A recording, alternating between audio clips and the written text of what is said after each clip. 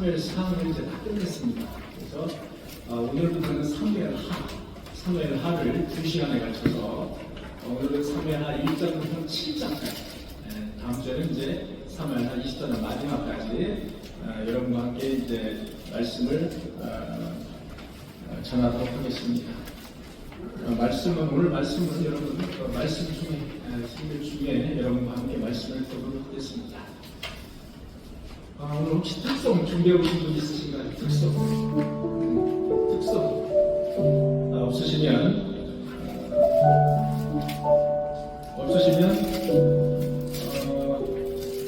제가 험한 세상 나그네 오래된 찬양입니다. 함께 찬양을 올려드리도록 하겠습니다. 험한 세상 나그네.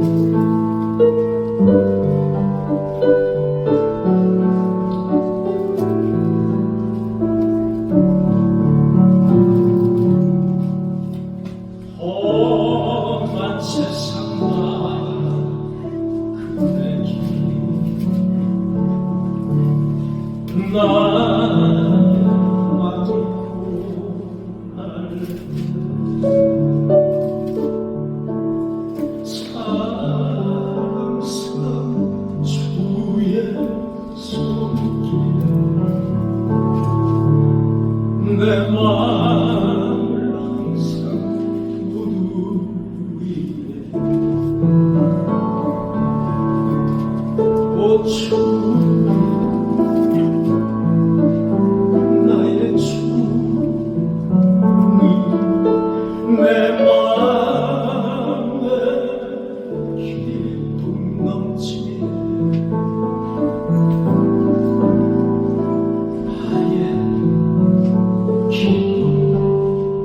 나의 생명 주 손길 날 구원했네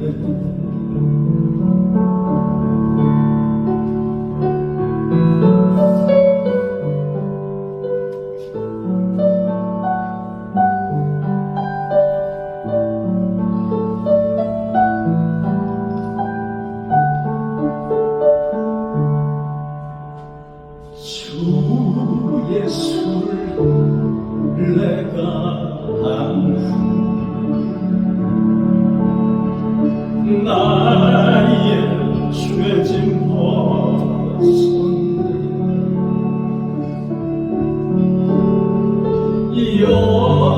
영원토록 감사하며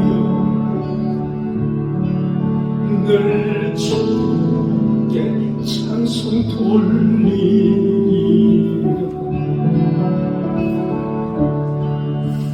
오 주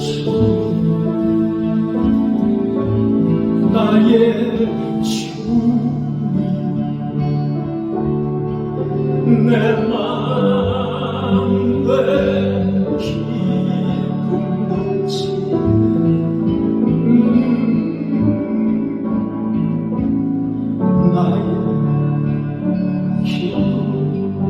나의 생명 주 손길 날 구원 오 주님 함께 오 주 나의 주 내 맘에 기쁨 넘치네 내 맘에 기쁨 넘치네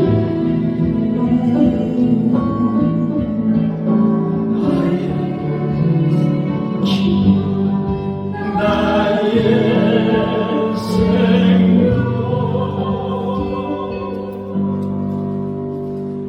주 손길 날 구원해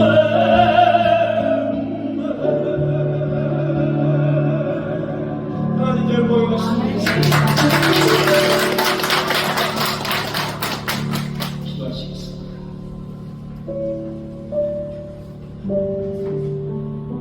주님 감사합니다. 역사를 주관하시고 자연을 주관하시고 피조물들을 다 주관하시는 주님, 이제 겨울이 가고 우리에게 따뜻한 봄을 허락하시니 감사드립니다. 더러워지고 낡고 피폐해진 우리 영혼을 다 벗어던지게 하여 주옵소서. 주님, 이제 새날 봄날을 주신 것처럼 우리 영혼도 맑은 영혼으로 주님께서 평화시켜 주시옵소서. 주의 말씀을 전하고자 합니다. 나의 인간적인 말을 하지 않게 하시고 오직 주님께서 앞서서 말씀을 하여 주시옵소서. 예수님의 이름으로 기도하옵나이다. 아멘. 할렐루야. 아멘. 할렐루야. 아멘.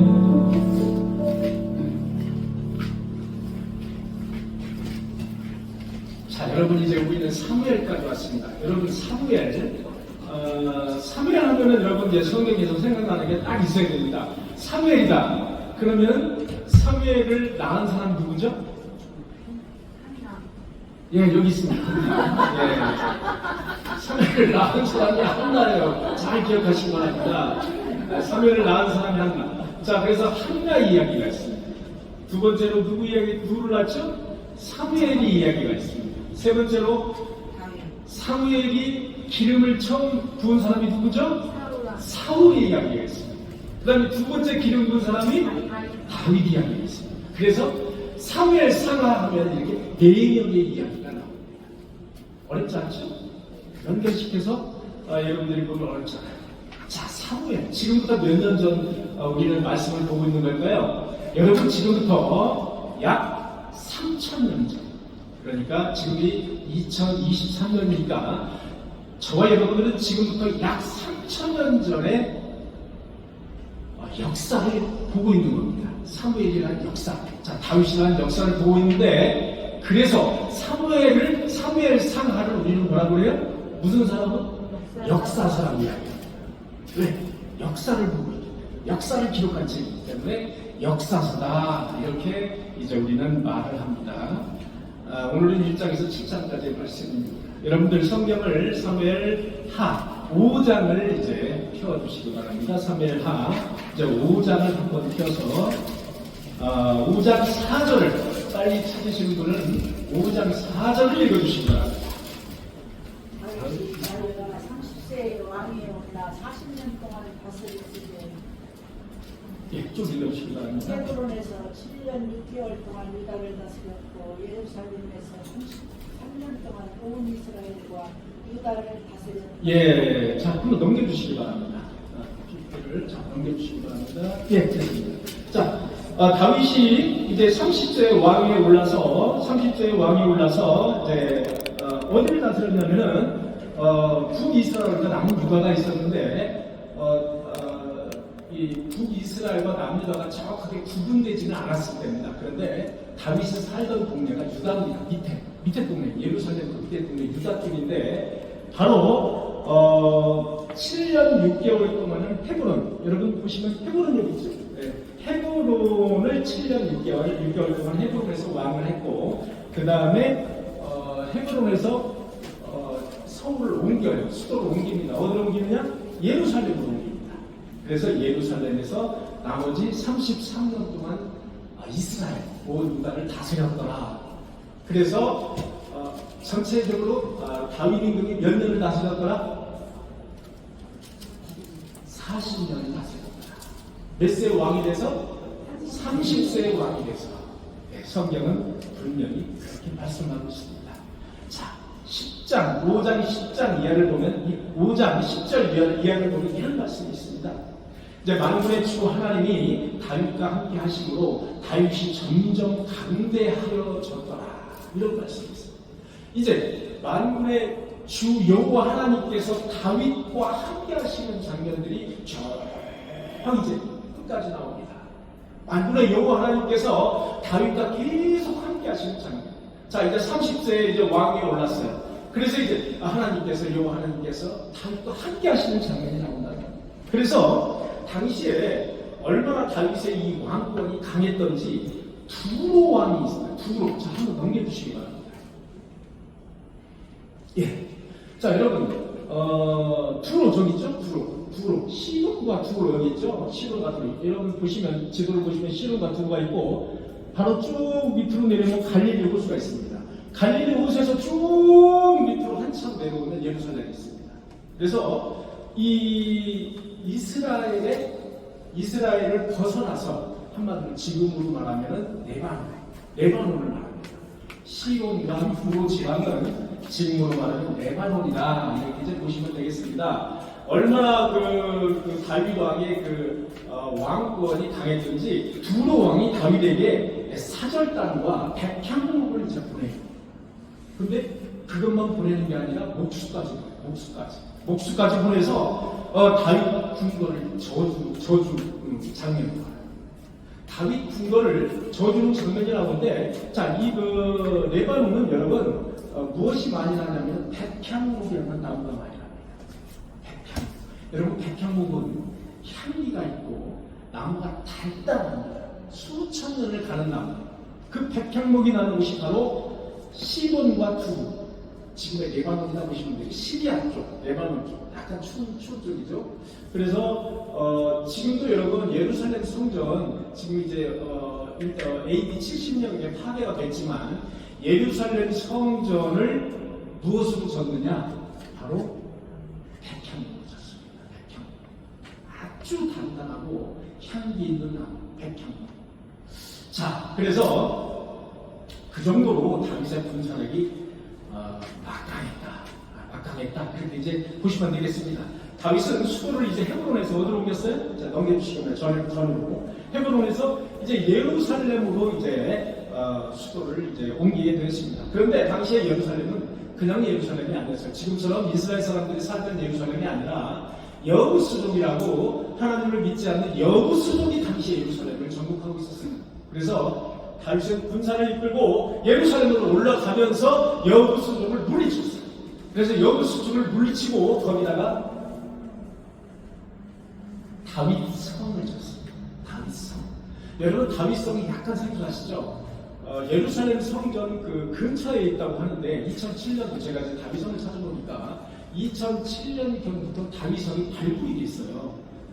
그동안은 그냥 묻혀있다가 다윗성 성경에만 나오는 다윗성 하다가 2007년경부터 어느 그 학자에 의해서 다윗성이 발굴이 됐습니다. 그래서 지금은 다윗성의 규모가 점점 이렇게 발굴이 되는 장면이 이제 나와요. 그래서 다윗성, 이것이 이제 예루살렘 여부수족을 정복하는 그 기념으로 다윗이 이제 건축했다. 그렇게 이제 그런 말씀들이 5장 이하, 10절 이하에서 쭉 이제 이렇게 나오는 장면을 이제 볼 수가 있습니다.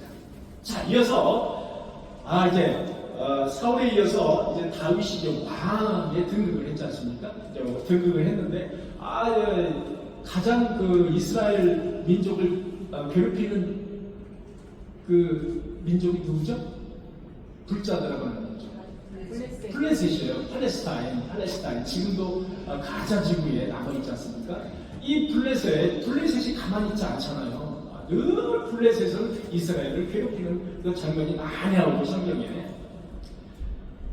자, 플레셋이 가만히 보니까 사울이 거기 죽고 나서 다윗이 이제 왕이 됐어요. 이놈들 봐라. 내가 이놈들에게 맛을 보여줘야 되겠다. 넘겨주시기 바랍니다. 또 한 번 넘겨주세요. 예. 자, 이 블레셋이 이제 다윗이 왕이 됐어. 다윗을 내가지고 우리가 좀 혼내줘야지. 우리가 얼마나 막강한 그런 나라인지 한번 혼을 내줘야 되겠다 하고 블레셋 군이 바로 어디로 모였냐? 르바임 골짜기에 모였습니다. 르바임 골짜기. 자, 르바임 골짜기는 예루살렘하고 아주 가깝죠? 베들레헴하고도 가깝습니다. 르바임 골짜기에 블레셋이 가득 모였다가 성경을 보니까 군사들이 파글파글하게 가득 어디로 가려고 예루살렘을 쳐들어가요. 가득 그랬더니 5장 19절 읽어주시기 바랍니다. 5장 19절 쭉 읽어주시기 바랍니다. 다윗이 여호와께 여쭈어이르되 내가 블레셋 사람에게로 올라가 이까 여호와께서 그들이 내 손에서 이기게 하였다.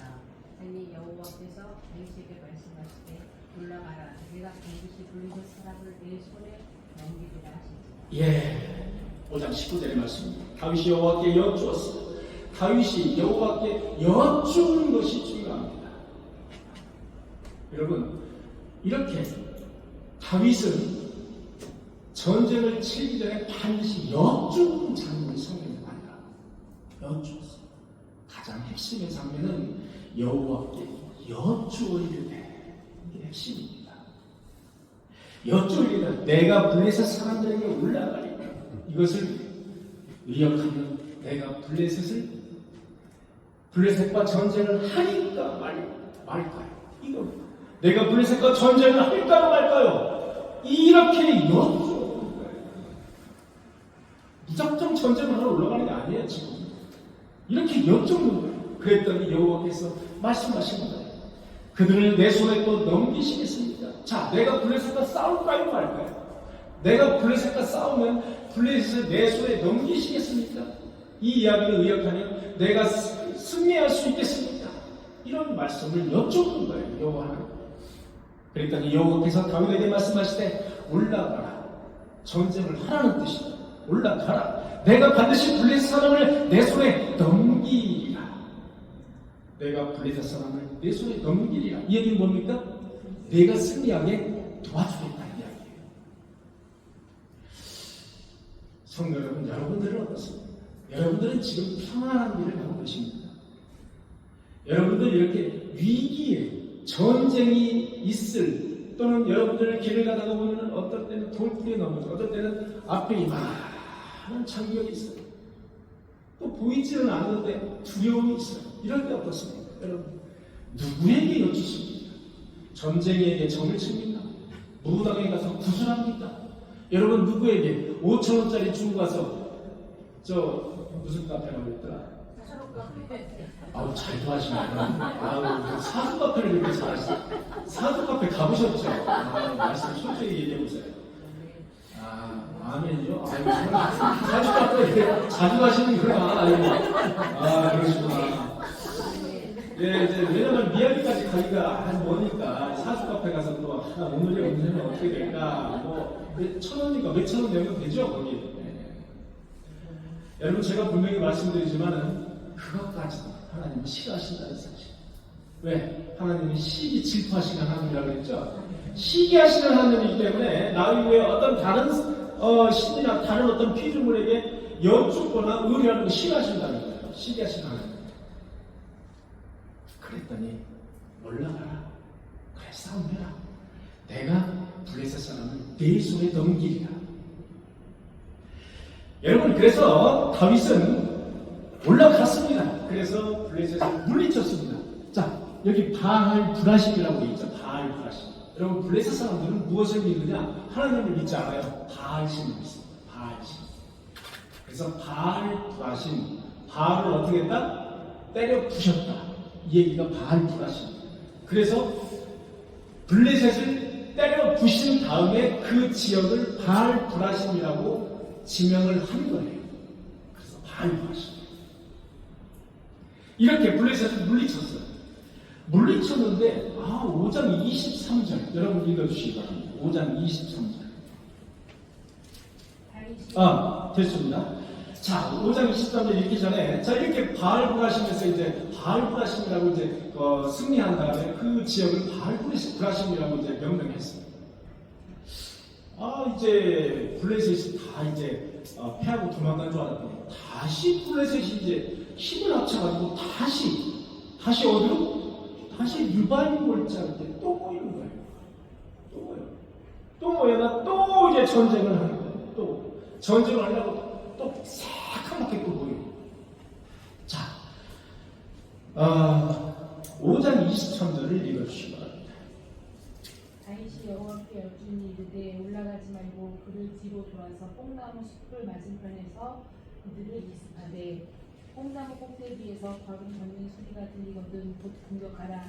그때 여호와가 너보다 앞서 나아가 블레셋 군대를 치리라 하신지라.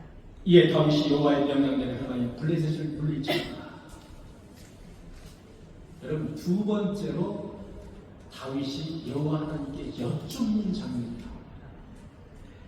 다윗이 여호와께 여쭈니 이르시되, 자, 이번에는 추상적인 말씀이 아니에요. 구체적인 말씀을 하세요. 처음에는 그래 올라가 싸움해라. 내가 너에게 너의 손에 블레셋을 맡기리라. 넘기리라. 이렇게 이제 어떤 추상적이고 전체적인 뭉뚱그리는 말씀을 하시는데 두 번째는 여러분 아주 구체적인 말씀을 하세요. 어떻게 말씀하시느냐? 올라가지 마라. 올라가지 말고 그들 뒤로 돌아서 뽕나무 숲을 맞은편에서 그들을 기습하라는 겁니다. 여러분 이렇게 하나님은 구체적으로 말씀하시는 경우가 있다. 여러분 어떻습니까? 올라가라. 그들을 너의 손에 넘기리라. 이것만 해도 너무나도 감사한데 이렇게 올라가서 뽕나무 숲을 맞은편에서 그들을 기습해라. 이렇게 말씀하시는 거예요. 뽕나무 꼭대기에서 걸음걷는 소리가 들리거든 곧 공격해라. 그러면 어떻게 하겠다고? 여호와가 너보다 앞서서 블레셋 군대를 치시리라. 이야, 이건 정말 여호와가 너보다 앞서서 블레셋 군대를 치겠다는 거예요. 이거는 공짜 먹기잖아요. 여러분 거저먹는 거예요. 전쟁을 하지 않아도 여호와의 군대가 먼저 앞서서 치겠다는 거예요. 얼마나 놀라운 말씀입니다. 이에 다윗이 여호와의 명령대로 행하여 블레셋을 물리쳤다.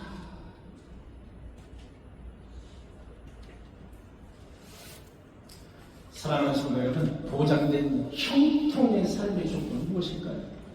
매사에 여호와 하나님의 뜻을 묻는 것입니다. 여러분, 매사에 여호와의 하나님의 뜻을 묻는 거예요. 이 길로 갈까요? 저 길로 가야 될까요? 아니면 내가 뒤돌아가야 될까요?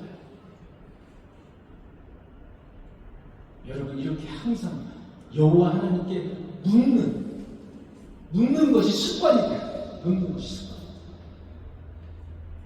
내가 앉을까요? 일어설까요? 이런 것까지는 아니지만 나의 삶을 내가 어떤 일을 결정할 때 물어보고 하나님께 물어보고 어떤 문제를 만났을 때 점쟁이나 무당에게 묻지 말고 먼저 여호와 하나님께 여호와 하나님의 뜻을 구하는 것 그리고 그분의 뜻을 따르는 것. 뜻을 구하고 그분의 뜻을 따르지 않는 사람들이 있어요. 왜? 하나님은 나에게 당장 아주 이롭고 이렇게 다윗처럼 이렇게 긍정적인 대답을 하시는 분 아니에요. 가지 마라. 올라가지 마라. 또는 그 길이 아니야. 이 길이야. 근데 이 길로 가면 내가 좀 손해볼 것 같아. 그러면 여러분 어떻게 합니까? 에이 하나님 무슨 말씀이세요? 이 길이 나에게 이로울 것 같아요. 이 길로 가는 사람들이 있어요. 저에게 하는 말이에요. 제가 그렇게 했어요. 에이 이 길은 아니잖아요. 이 길 가면 뻔한데 내가 손해보고 이 길은 아닌데 이 길이 좋을 것 같아요. 이 길로 갈게요. 이렇게 나를 합리화시키면서 이 길로 가는 거예요. 그런데 하나님께 여쭙고 하나님의 어떤 답을 구했으면 하나님이 명령하시고 지시하시는 그분의 뜻을 따라가는 그게 바로 형통한 길임을 믿습니다. 사랑하는 성도 여러분, 다윗처럼 히스기야처럼 욥처럼 하나님의 뜻을 구하는 성도가 되어서 형통한 삶을 체험하는 저와 여러분들이 되시기를 간절히 축원합니다. 여러분 다윗은 그동안 법궤가 어디에 있었죠? 기랏 여아림의 법궤가 있었어요. 그죠? 기랏 여아림. 기랏 여아림의 법궤가 있었는데 이 아비나답이라는 집에 법궤를 두었습니다. 다윗은 법궤를 이제 가져가야 되겠습니다. 왜냐하면 하나님의 법궤는 하나님의 임재를 뜻하잖아요. 하나님의 거룩한 임재를 뜻하잖아요. 그게 곧 하나님이잖아요. 하나님께서는 하나님을 보여주시지 않고 하나님의 법궤를 모시도록 했습니다. 하나님은 여러 가지 방법으로 하나님의 임재를 보여주시는데 우리 인간은 눈을 가지고 있기 때문에 보지 않으면 믿지 않아요. 그런 습관이 있어요. 우리 인간은요, 보이지 않으면 믿지 않는 습성이 있어요. 그렇기 때문에 하나님은 우리 인간의 습성을 잘 아시기 때문에 법궤를 주셨어요. 우리에게 법궤. 법궤를 주셨는데 그 법궤를 이제 다윗은 이제 뭐 통일 왕국이 됐으니까 다윗이 이제 법궤를 가져오겠다는 생각을 한 거예요. 가져와서 이제 예루살렘에다 법궤를 모셔야지 이런 생각을 이제 하게 된 거예요. 그런데 성경을 보니까 법궤를 가져오기 위해서 3만 명을 모집했어요. 군사 3만 명. 왜 3만 명이나 모집했을까요? 이유는 나오지 않습니다. 제가 추측컨대 법궤를 모셔오다가 블레셋 군대나 어떤 이방 군대들이 그걸 빼앗아 간다든지 싸움을 한다든지 그럴 때 어떻게든 싸워야 되잖아요. 그래서 군사 3만 명을 모집했어요. 그래서 아비나답의 아들 우사와 아효가 이제 앞자리가 돼가지고 이제 소가 이끄는 수레에 이제 법궤를 실었어요. 싣고서 이제 예루살렘으로 이제 출발했습니다. 예루살렘. 자, 6장 5절을 보니까 다윗과 이스라엘 온 족속은 잣나무로 만든 여러 가지 악기와 수금과 비파와 소고와 양금과 제금으로 여호와 앞에서 연주하고 난리가 났어요. 법궤. 하나님을 이제 모셔온다는 뜻이잖아요. 하나님의 법궤를 이제 예루살렘으로 모셔오는 거예요. 그러니까 얼마나 이제 뭐 잔치날이다. 잔치 거기다가 이제 막 빵빵 뭐 가진 악기를 다 이제 왜 이렇게 했는가 생각해 보면 우리 다윗이라는 사람은 제가 보는데 지정의 한마디로 말하면 인격이죠. 지정의를 골고루 아주 풍성하게 갖추고 그 중에서도 다윗은 이 감수성이 상당히 예민한 사람이 아니었는가. 그래서 이렇게 찬양을 좋아하고 또 다윗이 뭐를 탔죠? 사울 임금이 아플 때 뭐 했죠? 수금으로 연주해줬어요. 이렇게 악기도 타기 좋아요. 그런 다윗이었어요. 그래서 각종 비파와 수금과 소고와 양금과 제금으로 여호와 앞에서 연주하고 있어요. 먼저 이들이 연주하고 가고 뒤에서 이제 소가 끄는 무게 수레로 가는 거예요. 싣고서. 여러분 법궤는 언약궤라고 합니다. 증거궤라고 합니다. 그리고 법궤라고 합니다. 왜 그러냐면 법궤 속에는 여러분 아론이 누구죠? 누구의 형이죠? 모세의 형입니다.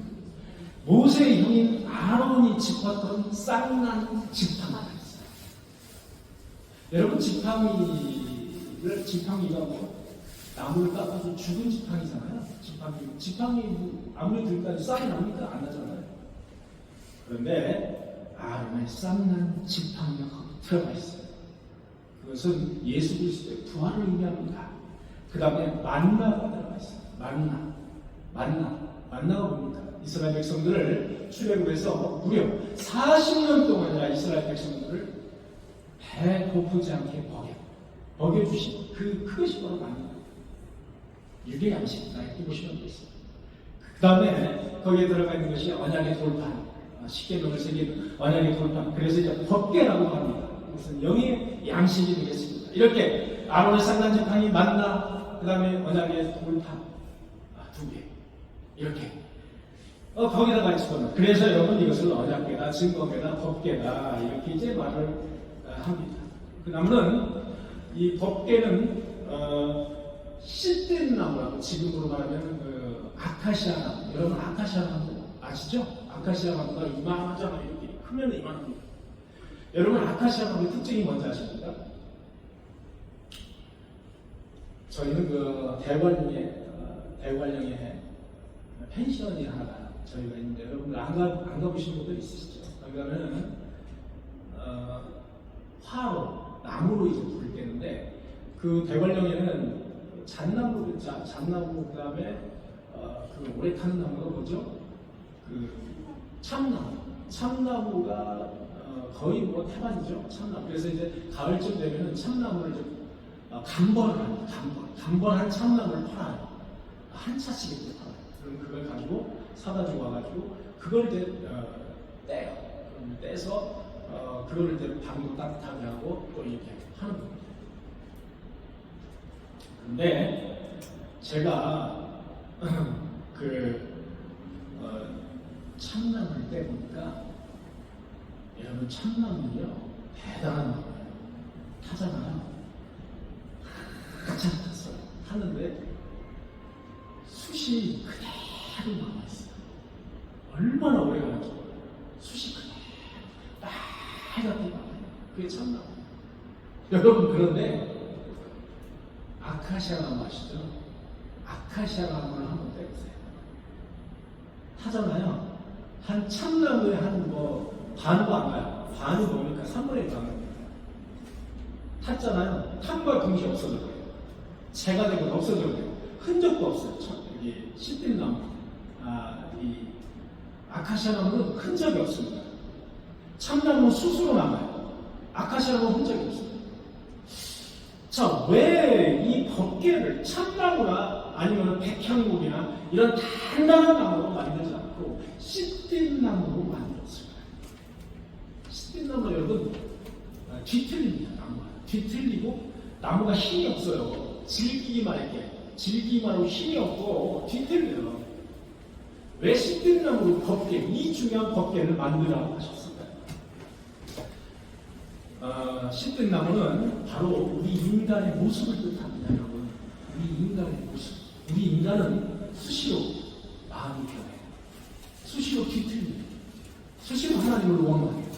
이스라엘 백성들을 출애굽해서 수시로 하나님께서 인도하신 홍해를 가르시고 하나님께 만나를 주시고 메추라기를 주셨는데 그것을 믿지 않아요. 수시로 우리가 이렇게 광야에서 누구 때문에 고생합니까? 돌아갑시다. 그렇게 되겠다.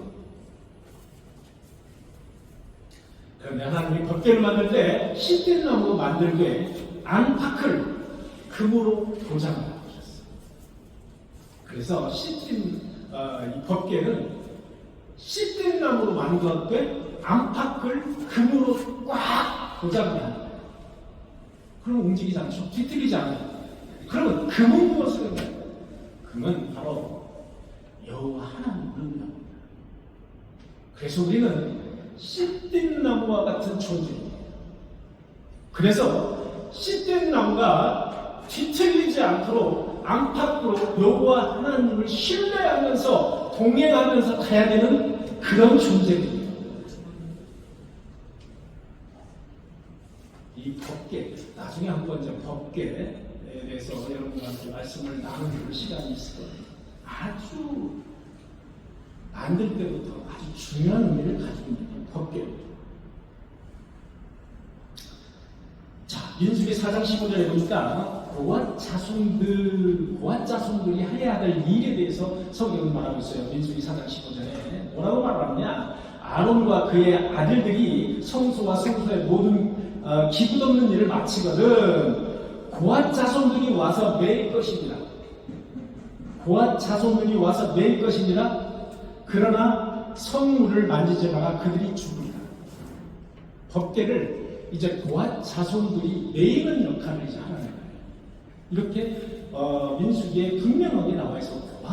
고앗 자손이 누굴까요? 여러분 제사 지내는 지파는 제사장의 지파는 어떤 지파라고 했죠? 레위 지파입니다. 여러분 레위의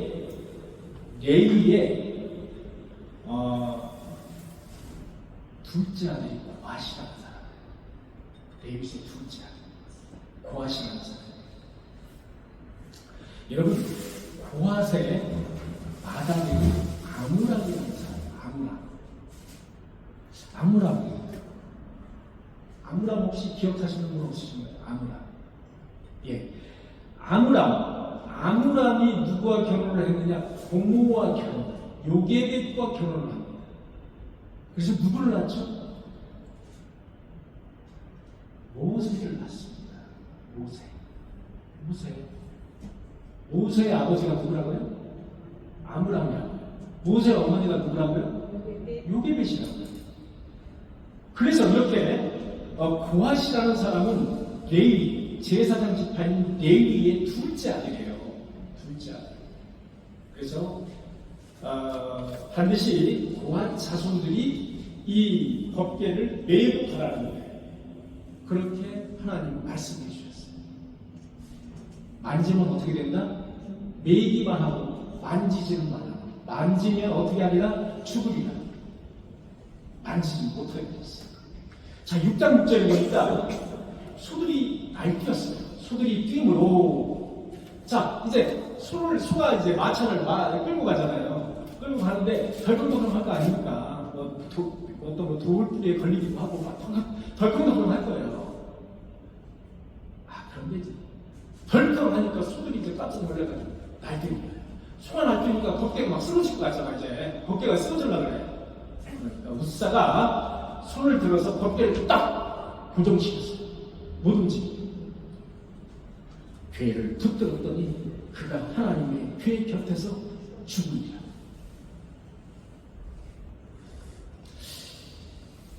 여러분, 법궤가 설사 소가 들썩들썩한다 해서 그 일이 하나님의 일이에요. 법궤를 거기에서 떨어뜨리지 않고 하는 일은 하나님의 일이에요. 우리는 만져서는 안 되는 일이잖아요. 여러분, 인생을 살아가다 보면 하나님께서 온전히 해야 될 일이 있어요. 해주셔야 될 일이 있어요. 그리고 내가 해야 될 일이 있어요. 그럴 때 있어요. 여러분, 잘 생각해 보세요. 나는 하나님이 간구하고 기도했어요.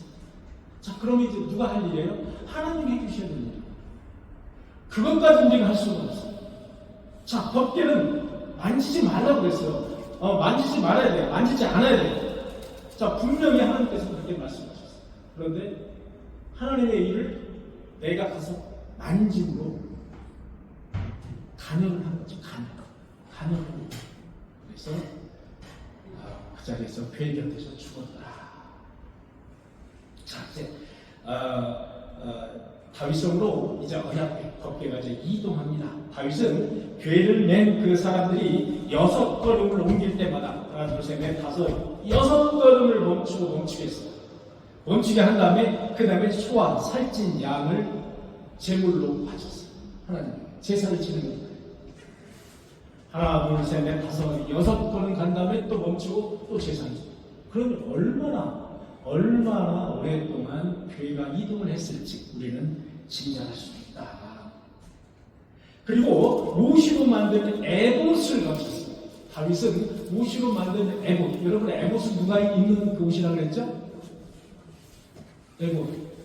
에봇은 제사장할 때 입는 옷을 에봇이라고 합니다. 자, 모시로 만든 에봇만을 걸쳤어요. 다윗이. 그래서 살갗이 드러났어요. 살갗이 드러난 채 온 힘을 다해서 다윗이 춤춥니다. 너무나도 기쁩니다. 다윗이 하나님을 향한 열정이 어느 정도였는지 우리는 알 수가 있어요. 여러분, 그 당시만 해도 다윗, 여러분 지금은 대통령인데 당시에 통일왕국의 그 다윗 하면은 아마 주위의 나라들이 벌벌 떨었을 걸로 보여져요. 그런 다윗이 에봇, 여러분 다윗은 제사장이 아닙니다. 여러분, 다윗은 레위 지파입니까? 유다 지파입니까? 유다 지파입니다. 그래서 다윗은 제사를 스스로 집도할 수가 없는 지파예요. 그래서 여기에 모시로 만든 에봇을 걸쳤다 이 이야기는 다윗이 제사장 대신에 제사장 역할을 했다는 뜻이 아닙니다. 그런 뜻이 아니에요. 그런 뜻이 아니라 당시에 하나의 에봇을 입은 것은 일종의 예복을 입었다. 예복을 입었다. 성경을 보면 에봇을 제사장만 입지는 않았습니다. 예복으로 입었던 사람들이 많아요. 여러 명 있습니다. 그래서 제사를 지내려고 입은 것이 아니라 하나님 앞에 예복으로 입었다. 이렇게 이제 여러분들이 이해를 하시면 좋겠습니다. 이렇게 법궤가 예루살렘으로 이제 왔을 때 다윗이 여러분 보십시오. 모시로 만든 에봇을 걸치고 살갗이 드러나지 춤을 추고 덩치를 걸치고 춤추고 여호와 하나님을 모시게 돼서 너무나도 기쁜 거예요. 그렇게 춤추는 거예요. 다윗이 하나님을 향한 그 찬양, 하나님을 향한 열정, 하나님을 향한 그 사랑이 얼마나 컸다는 것을 우리가 알 수가 있어요. 그런데 성경을 보니까 사울 임금의 딸이 미갈이라는 사람이 있어요. 미갈이 창밖으로 이렇게 보니까 다윗의 이름이 다 벗기 앞서 덩실 춤을 추고 살갗을 드러내면서 춤추고 있는 거예요.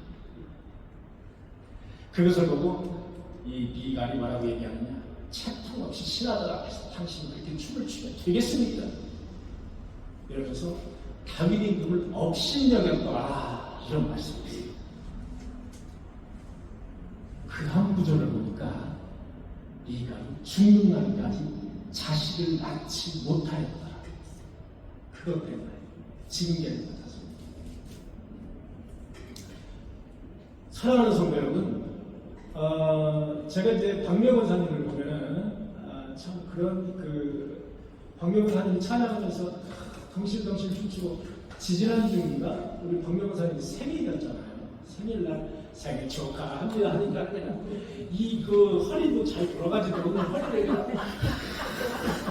하면서 이 춤추는 모습을 너무나도 자연스러운 거, 어쩜 그렇게 잘 돌아가는지, 이 두툼한 허리를 돌려가면서 막 춤추는, 여기 찬양하면서는 이렇게 춤추는. 그래서 옛날에 우리 어머님 때는 성령 춤이라고 있었어요. 찬양할 때 신나면은 밖에 나가서, 이제 밖에 가죠. 일어서 가지고 무대에 나가서 성령 춤을 췄어요.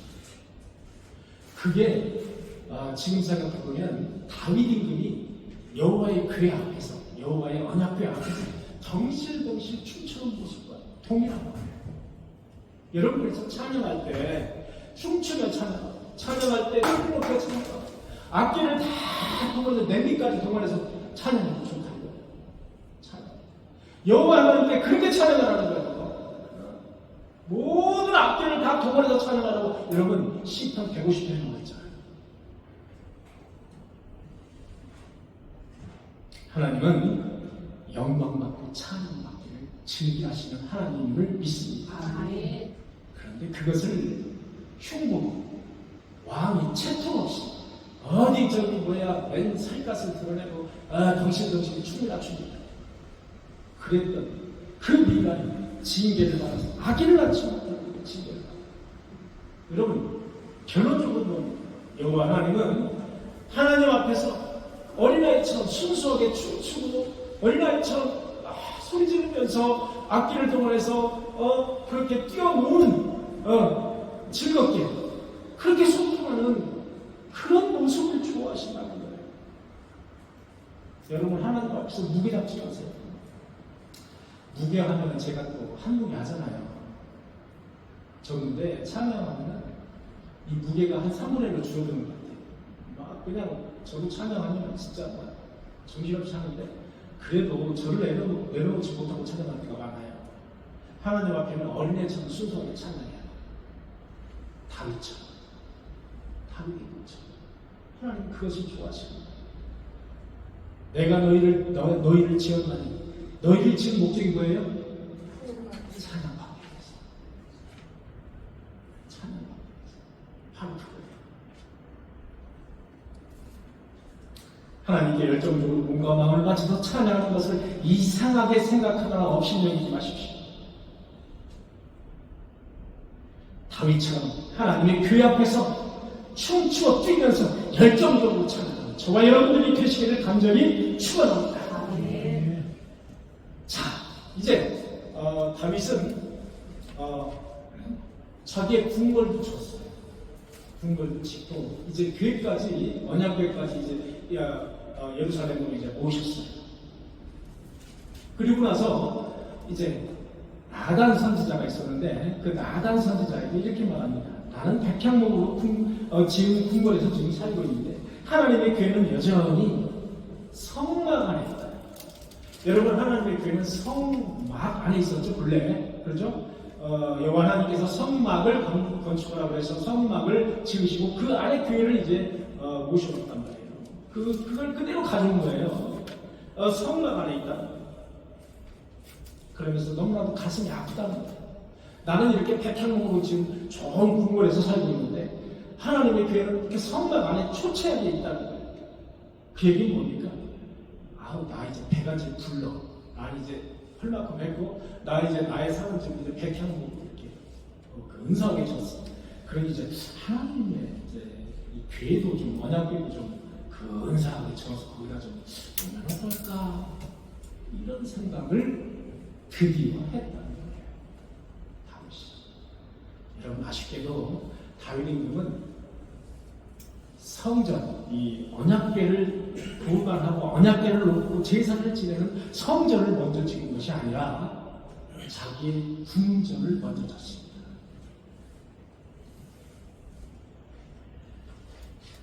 그랬더니 하나님께서 나단 선지자를 통해서 다윗에게 말씀하시는 장면이 7장 8절에 나옵니다. 제가 읽어보겠습니다. 그러므로 이제 내 종 다윗에게 이와 같이 말하라. 나단 선지자에게 여호와 하나님께서 말하는 거예요. 다윗에게 말하라. 그래요. 이와 같이 말하라. 만군의 여호와께서 이와 같이 말씀하시기를 내가 너를 목장 곧 양을 따르는 데에서 데려다가 내 백성 이스라엘의 주권자로 삼고 내가 가는 모든 곳에서 내가 너와 함께 있어 내 모든 원수를 내 앞에서 멸하였은즉 땅에서 위대한 자들의 이름 같이 내 이름을 위대하게 만들어주리라. 내 집과 내 나라가 내 앞에서 영원히 보존되고 내 왕위가 영원히 견고하리라. 성전을 지어라 말라 이런 이야기는 별로 없죠. 그 대신에 다윗을 축복하시는 말씀, 축복하시는 말씀. 내 집과 내 나라가 내 앞에서 영원히 보존되리라. 이야, 이것보다 더 복된 말씀이 있어요. 내 집과 내 나라가 내 앞에서 영원히 보존되리라. 다윗의 자손과 그의 먼 장래의 일까지도 여호와 하나님께서는 보장해 주신 겁니다. 보장해 주셨어요. 왜? 언약궤를 이렇게 모셔다가 모시고 이렇게 기뻐 여호와 하나님께 항상 동행하고 항상 여쭈어서 그의 여호와 하나님의 말씀을 준행하고 그런 것을 봤을 때 하나님이 얼마나 기쁘셨겠어요. 그러니까 하나님 이렇게 축복해 주시는 장면이 여기 바로 7장 8절 이하에 쫙 영원히 보존되리라. 이것을 우리는 가르쳐서 다윗의 언약이라고 말합니다. 다윗의 언약. 여러분 다윗 왕조는 BC 1000년경 우리가 이제 정확하게 찾아보면 1010년경이라고 이야기하는데 약 1000년경부터 다윗의 왕조가 시작합니다. 그래서 이스라엘이 언제 망하느냐? 586년, BC 586년에 망합니다. 그러니까 이스라엘이 다윗 왕조 그 후손들이 약 몇 년이 지속이 되냐면 약 400년이 지속이 된다는 걸 볼 수가 있죠. 586년에 망하니까 바벨론으로 끌려가죠. 시드기야 왕 마지막 끝으로 끌려가서 망하는 거예요. 400년 동안 다윗 왕조가 지속된다. 쭉 지속된다는 것을 알 수가 있어요. 그런데 하나님의 말씀은 내 나라가 내 앞에서 영원히 보존된다고 말씀하셨잖아요. 그런데 왜 불과 400년 될까요? 이게 어떻게 된 거예요? 400년 만에 망하잖아요. 어떻게 된 거예요?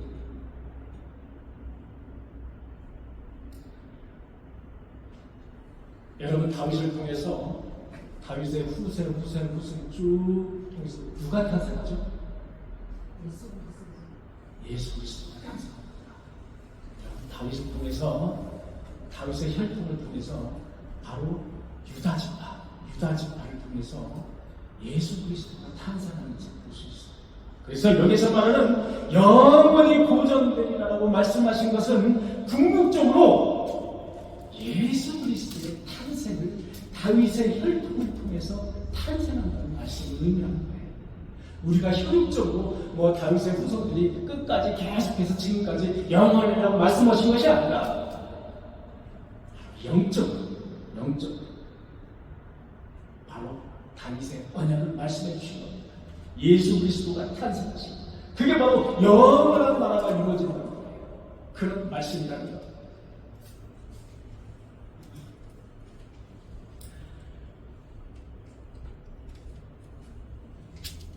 그 다음에 우리는 다윗의 기도를 볼 수 있어요.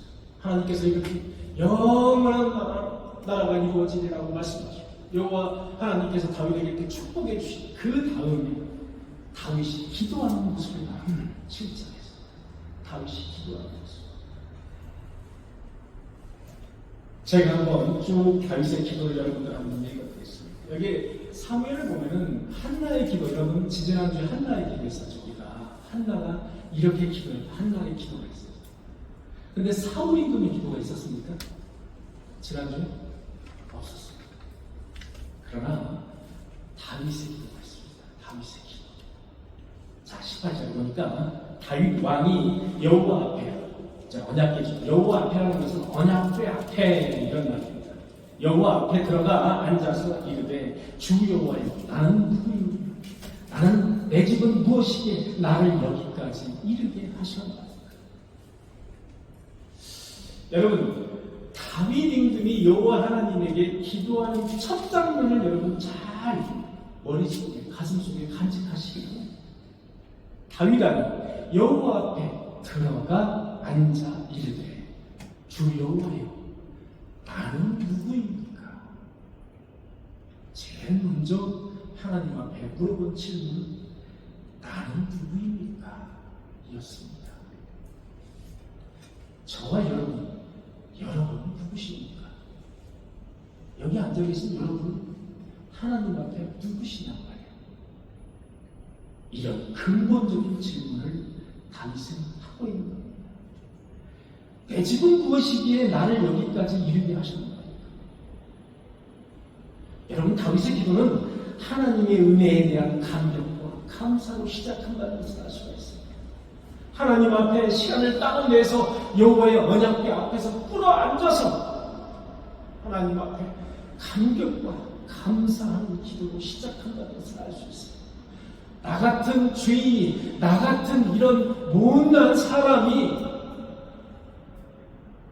여호와의 택함을 받고 나를 이렇게 왕으로 삼으신 나는 도대체 누구입니까? 이런 근본적인 질문을 하고 있는 거예요. 19절에 보니까 주 여호와여, 주께서 이것이라는 것은 다윗의 가정과 이스라엘 백성들을 의미하는 거죠. 여호와여, 주께서 이것을 오히려 적게 여기시고 이렇게 복종, 여기까지 인도하신 것도 부족하게 여기신다는 거예요. 여호와 하나님께서 이렇게 여기까지 복되게 인도하셨는데 이것도 부족하게 여기시고 적게 여기시고 또 종의 집에 있을 먼 장래 일까지도 말씀하셨나이다. 장래 일까지도 보장해 주셨나이다. 주 여호와여, 이것이 사람의 법입니다. 주 여호와여, 이것이 사람의 법입니다. 여러분, 이게 참 이해가 안 되는 대목이어서 제가 개역한글을 찾아봤어요. 그랬더니 이것은 인간의 율례입니다. 이것은 인간의 율례라는 거예요. 하나님의 율례가 아니라. 하나님의 법도가 아니고 인간의 율례라는 거예요. 세번역의 성경에 보니까 이런 말씀이 있어요. 어찌 하나님의 사람을 대하시는 일상적인 방법이시겠습니까? 이해가셨습니까? 다시 한번. 주 여호와여, 이것이 사람의 법이니까. 이것을 개역한글은 이것은 인간의 율례입니다. 인간의 율례라는 거예요. 도저히 하나님의 율례라고 보기 어렵다는 거예요. 인간의 율례라는 거예요. 세 번째는 어찌 하나님이 사람을 대하시는 일상적인 방법이겠습니까? 특별히 하나님께서는 하나님의 방법을 쓰지 않으시고 인간의 방법을 써서 이렇게 복을 내려주셨다는 것을 감격하고 감사하는 사람이에요. 바로 이 장면입니다. 이웃을 내 몸과 같이 사랑하는 그 사람의 규례에 따라서 한 인간이 이웃에게 사랑과 친절을 베풀듯이 여호와 하나님께서는 나에게 사랑과 친절을 마치 인간의 규례와 인간의 율례처럼 친절을 베푸셨나이다. 그런 뜻입니다. 22절에 보니까 그런즉 주 여호와여, 주는 위대하십니다. 하나님을 강타하고 하나님께 영광 돌리는 장면입니다. 이는 우리의 귀로 들은 대목은 주와 같은 이가 없고 주 외에는 신이 없습니다. 주 외에는 신이 없습니다. 여러분 그 출애굽기 15장 11절에 보니까 여호와여, 모세가 하는 말이에요. 여호와여, 신 중에 주와 같은 이가 누구입니까? 이렇게 위대한 지도자들은 무엇을 고백하고 있냐면 오로지 여호와 하나님이 유일하신 신입니다 라는 것을 고백하고 있다는 장면을 볼 수 있어요. 사랑하는 성도 여러분, 저와 여러분들도 어디 무슨 일이 있을 때 이렇게 고백을 해요. 주 여호와 하나님, 당신은 유일한 나의 하나님입니다. 나의 유일한 신입니다. 이것을 고백해야 해요. 이것을 고백하시는 저와 여러분들이 되시니 간절히 축복합니다. 23절을 보니까 땅에 어느 한 나라가 주의 백성 이스라엘과 같으니 땅의 어느 한 나라가 이스라엘과 같겠습니까? 하나님이 가서 구속하사 자기 백성으로 삼아 주의 명성을 내시며 그들을 위하여 큰 일을, 주의 땅을 위하여 두려운 일을 애국과 많은 나라들과 그의 신들에게서 구속하신 백성 앞에서 행사하셨사오며, 이것이 모두 이스라엘을 위대하게 하신 것은 오직 하나님의 은총이고 하나님의 은혜라는 사실을 고백하고 있는 거예요.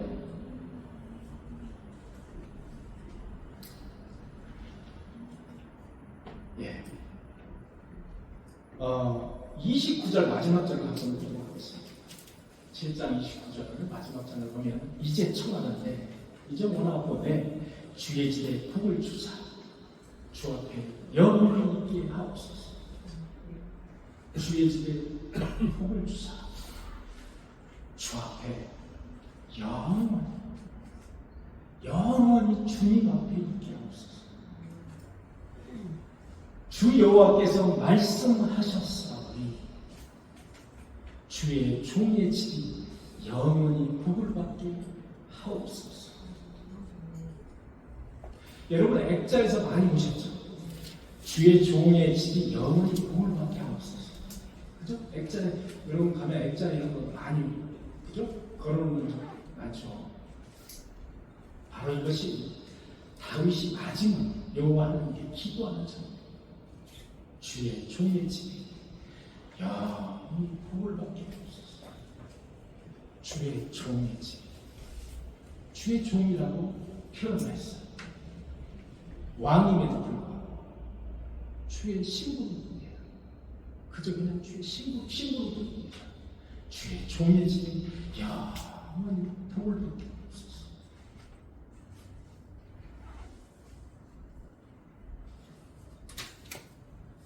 하나님의 주권, 하나님의 온 역사를 통치하시고 우리 피조물들을 통치하시고 주관하시고 섭리하시는 하나님의 절대 주권을 인정하는 자세, 그 인정하는 자세를 우리는 다윗의 기도에서 볼 수가 있는 겁니다.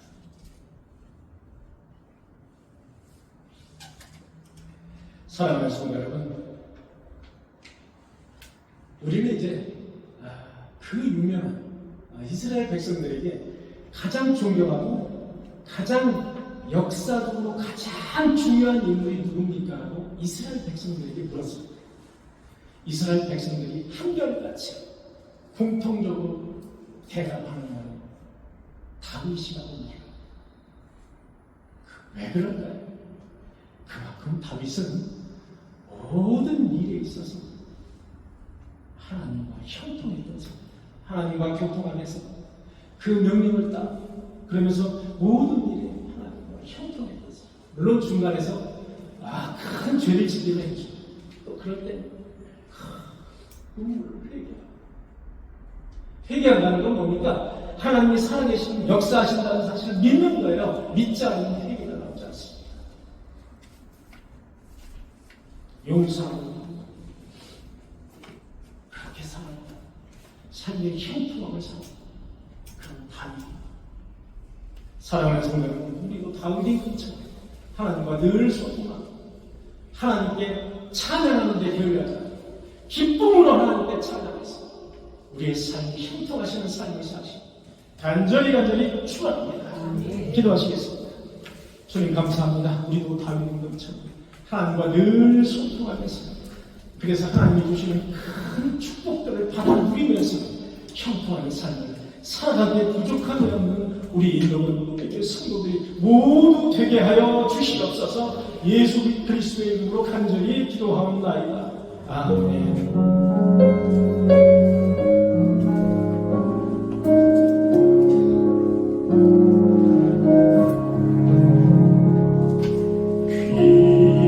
귀하신 주여 나를 붙드사